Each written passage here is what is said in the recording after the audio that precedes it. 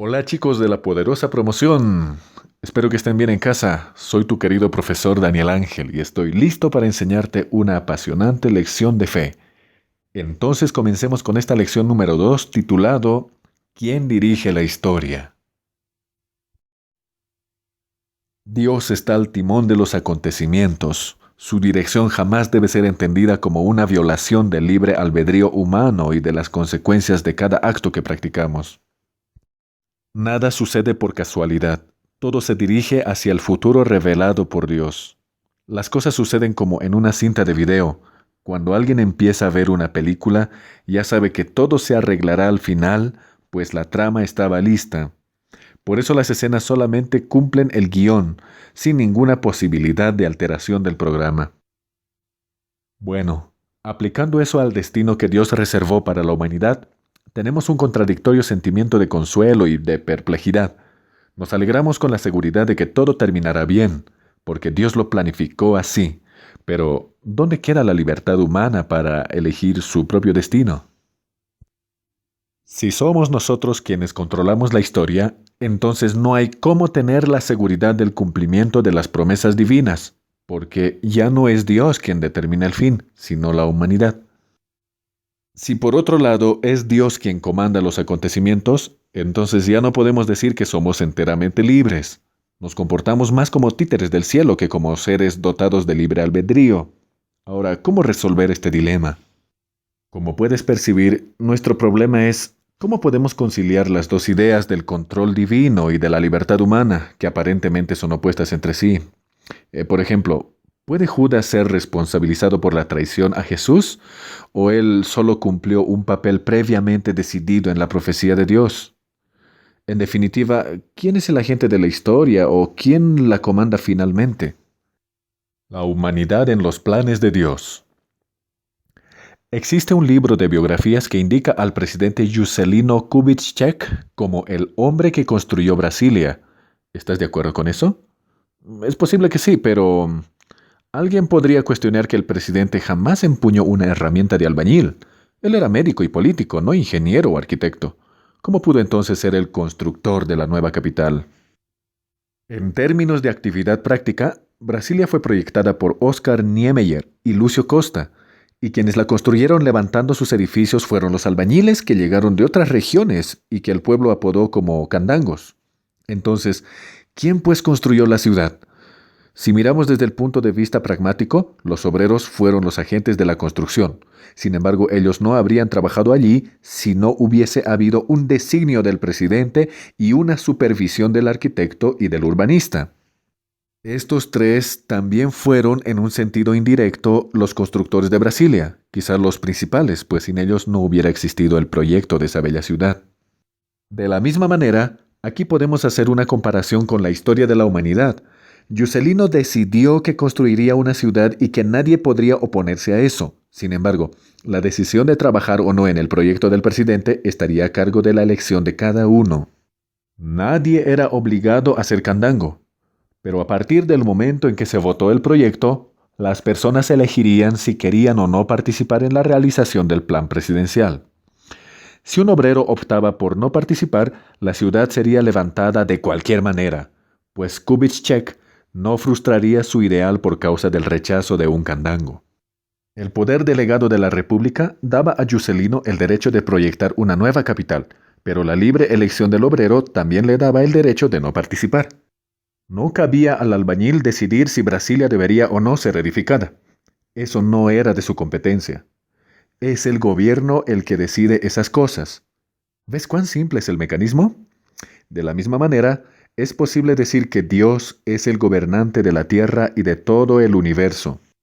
Su omnipotencia otorga el derecho supremo de querer edificar en la tierra un reino eterno. Él tiene condiciones y lo hará, porque así lo determinó en sus proyectos. Sin embargo, el libre albedrío de los seres humanos permite a cada uno la posibilidad de no participar de ese reino, en caso de que así no lo quisiera. Lecturas históricas. Como vimos en el caso de Brasilia, hay varias maneras de describir un evento e indicar quién lo provocó.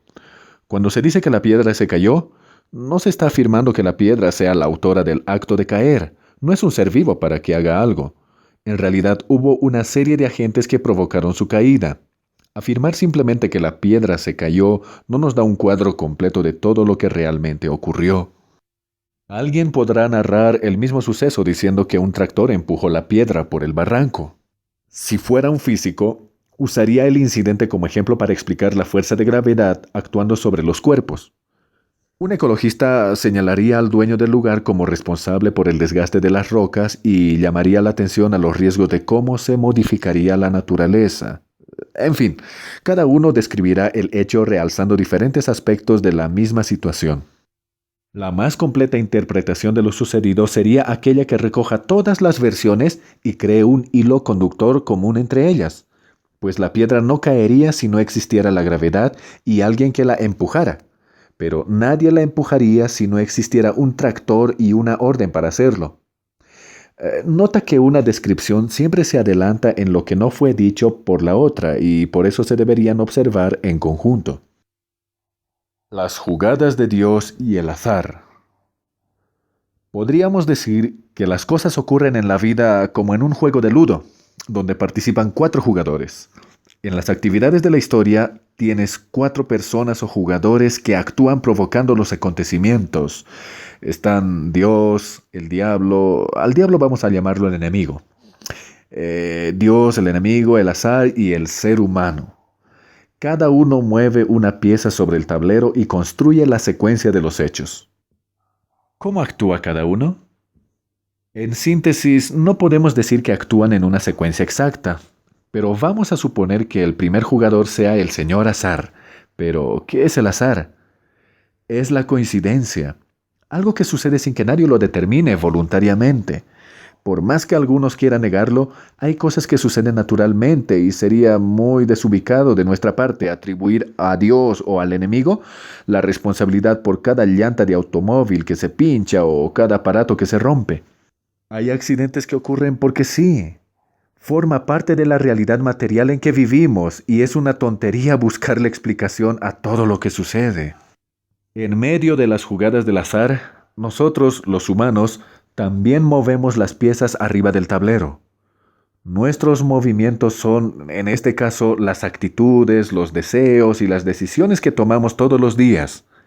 No importa si son acertadas o equivocadas, involuntarias o premeditadas, todas ellas traerán consecuencias buenas o malas, pues como dijo alguien, Dios siempre perdona. Los hombres a veces perdonan, pero la naturaleza jamás perdona. Será sobre la base del movimiento de nuestras piezas que Dios y el enemigo jugarán. Todas las veces que nos equivocamos, le damos puntos al enemigo para actuar sobre nosotros. Sería como si aumentáramos su esfera de destrucción sobre nuestras propias vidas. De manera maligna, Él se aprovecha de toda oportunidad que le damos e intenta a toda costa ser el vencedor en el juego de la historia. Sin embargo, resta una jugada, la más importante de todas. En caso de que el jugador humano se arrepienta de sus errores y entregue su vida al Señor, su jugada será corregida por el movimiento divino de las piezas, que termina derrotando al enemigo y concediendo al que iba a perder la victoria sobre todas las jugadas. Pero corregir jugadas en la historia real es más complicado que en un juego de ludo. Aquí solamente lo utilizamos como comparación ilustrativa. Cuando pecamos, es como si frustráramos el plan de Dios para nuestras vidas, lo que de cierta manera no es el fin, porque Dios puede hacer nuevos planes todos los días. No obstante, la vida tiene reglas, y hacer un nuevo plan puede significar el sufrimiento de consecuencias por las cuales no necesitaríamos haber pasado si hubiésemos permanecido fieles. Ilustrando con hechos reales, un hombre tenía todo para ser feliz. Ese era el plan de Dios para él, pero se entregó a la bebida y se convirtió en alcohólico. Perdió a su esposa, el respeto de sus hijos y terminó durmiendo en la calle. Pero él se arrepintió. Pidió a Dios que trazara un nuevo plan para su vida, pues él había borrado el proyecto anterior. Y Dios lo hizo, le dio una nueva oportunidad y hoy este hombre trabaja recuperando drogadictos. Es amado, respetado y usa su propia experiencia para ayudar a otros. Pero cuando se recuperó, su exmujer ya se había casado con otro hombre, que asumió el cuidado de los hijos, y todos viven legalmente en Europa. En la época de la separación, la embriaguez no lo dejó darse cuenta de la tontería que estaba haciendo al firmar el permiso para que los hijos partieran de Bolivia. Este dolor de la separación todavía lo acompaña en el nuevo plan, pero podría no haber sido así. Salvación, la jugada final. La vida es muy compleja. Está compuesta por millones de personas que mueven piezas en el tablero de la realidad. Eso provoca situaciones hasta complicadas en las cuales la desgracia de uno acaba siendo la felicidad del otro. Es el caso, por ejemplo, de alguien que conmemora un trasplante de órgano que solo fue posible porque la muerte de uno trajo la vida a otro. Raro, ¿verdad? También está el hecho de que un detalle mínimo es el elemento que provoca grandes cambios en el rumbo de los acontecimientos. Observa, por ejemplo, este incidente en 1910. Un joven austriaco de 21 años contrajo sífilis por contagio de una prostituta judía llamada Hannah. Eso le generó tanto odio por los judíos que, según algunos de sus biógrafos, fue lo suficiente para hacerlo crear una de las mayores campañas antisemitas de la historia. El nombre de ese muchacho era Adolf Hitler, el responsable por la masacre de millones de judíos durante la Segunda Guerra Mundial. Es por esas y otras cosas que no siempre vemos una lógica en muchos acontecimientos. Unos nacen en mejores condiciones al paso que otros viven en la miseria total. Aún así, vale la pena afirmar que cada uno escribe su propia historia. Las decisiones y las actitudes que tomas hoy van conformando el guión de los capítulos de tu vida, y la secuencia de los hechos despuntará un día en la derrota o en la victoria final en el reino de los cielos.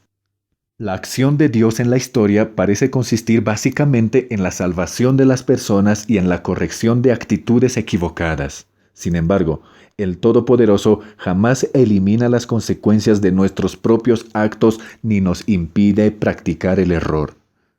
Hacer eso equivaldría a retirar de nosotros la libertad de acción, es decir, convertirnos en seres sin libre albedrío. Pero las profecías señalan hacia el reino. Como Juscelino Kubitschek en Brasilia, Dios también pretende edificar una ciudad. En verdad ya está lista o en su fase final de construcción en el cielo. Mientras tanto, obreros voluntarios de Cristo preparan aquí el terreno para su establecimiento. Ellos sufren, pero no se preocupan por el polvo del mundo, porque eso indica de que Dios está en obras. Como debes saber, Brasilia necesitó de habitantes y muchos candangos se mudaron hacia allá con sus familias.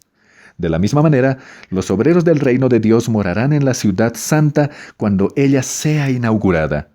Y una vez allí, podrán disfrutar de la seguridad, la justicia, la libertad y la alegría que duran para siempre. No te quedarás afuera de eso, ¿cierto? Querido alumno, disfruto mucho haciendo este video para ti. Y deseando que aproveches tu lección, tengo unas preguntas fáciles y deseo que las respondas en tu cuaderno de religión y valores, ¿ok? 1. ¿Cómo crees que sería la vida si quizá no fuéramos libres? 2. Menciona algunas actitudes que terminan abriendo el espacio para las jugadas del enemigo. 3. En contrapartida, ¿qué actitudes pueden colaborar con las jugadas de Dios? 4. Investiga la historia e intenta descubrir un detalle que produjo grandes alteraciones en el mundo de los acontecimientos mundiales. Y 5. Dios comanda la historia universal, pero son las personas las que definen su propio destino. ¿Cómo te sientes al saber que cada uno es el autor de su propia historia? Espero que pronto estemos juntos nuevamente. Soy tu profesor Daniel Ángel y hasta un próximo encuentro.